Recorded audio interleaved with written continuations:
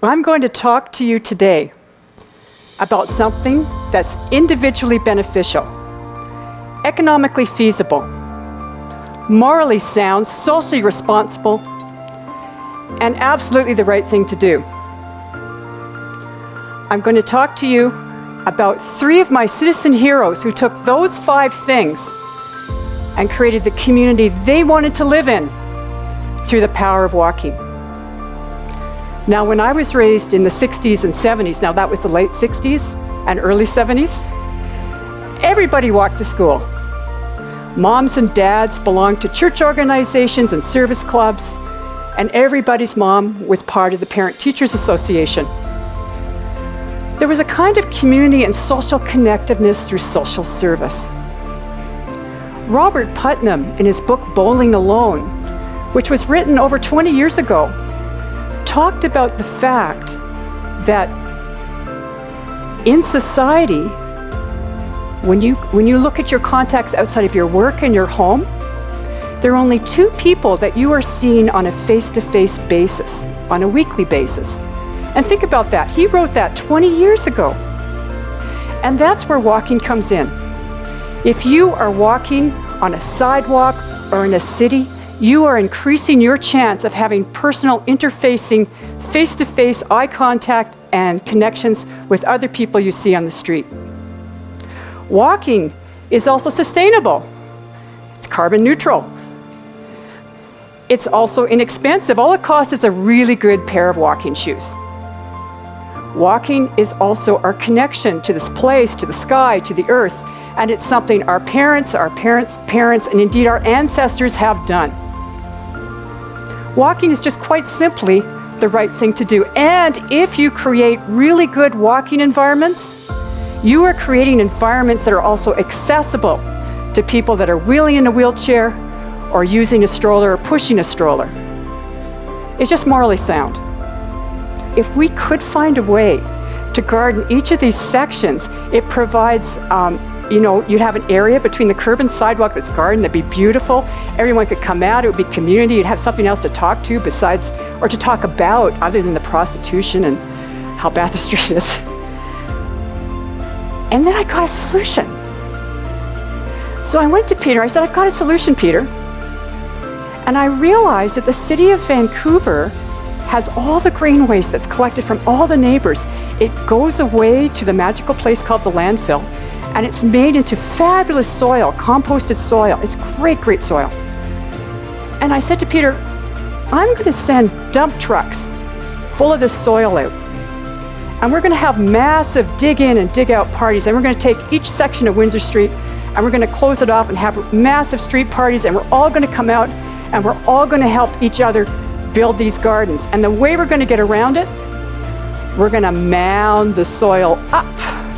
So the soil is going to be 3 feet above the line where all the city services are, way below. So when we plant the plants, which I will get from a grant, a small grant, then we'll have this incredible planted street. So we called the program Blooming Boulevards because everything needs to have a name. And we also called it a demonstration project. So if you are doing projects with planners, or if you're a planner, or if you're a member of a community, call it a demonstration project with the city. They will approve it. So, and we went out, we started to dig up. The idea just went wild. People started having these massive parties. They bring their barbecues out in the middle of the street. They would dig up each other's yards.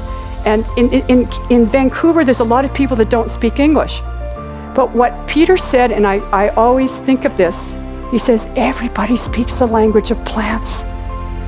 And so everybody would come out, and even if they didn't speak the same language, they would exchange plants, and people started to walk on the street because they had things to talk about. They had separation from the traveled portion of the road, and everybody, of course, wanted to see what the other person was doing. And it started to take off.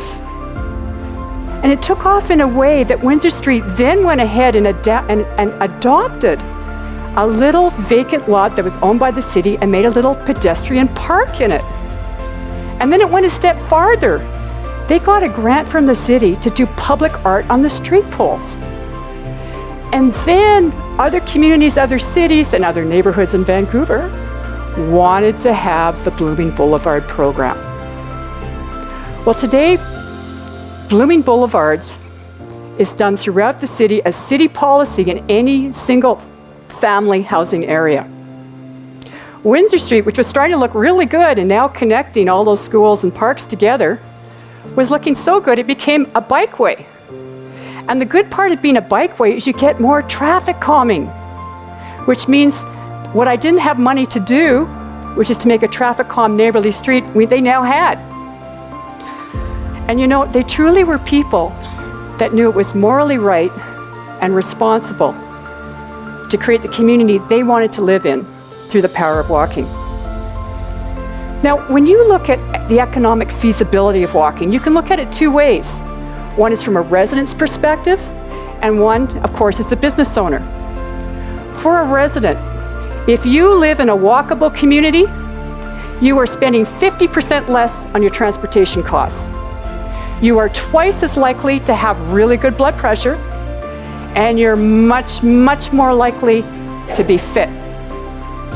My friend and colleague, Dr. Larry Frank, that teaches at the University of British Columbia, did a massive, massive survey and study.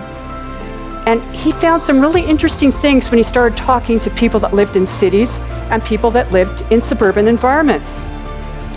He found that 2/3 of people in urban environments and almost half of people in suburban environments wanted to live in a walkable community that connected their schools, shops, and services.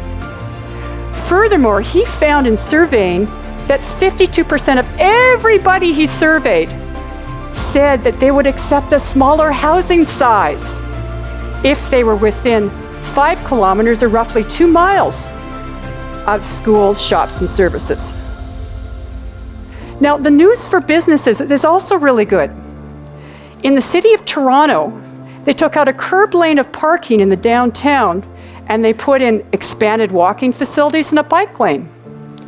Well, the businesses justifiably were really upset. But what they found was that 90% of their clientele started coming by walking, biking, and transit. And furthermore, even at peak times, only 80% of the parking was occupied. And the best part, the people that came by biking, walking, and transit, they came more often and they spent more per month than people that traveled by cars. You know, these people were not specialists. These are ordinary people like you and me that did extraordinary things because they knew it was important to do. You know, I've tried to show you why I think walking is individually beneficial, economically feasible, socially responsible, morally correct, and just the right thing to do. And what I want to ask you, when you think about your place and your house and your community, what is it that you can do through the power of walking to create the community you want to live in at your place? Thank you very much.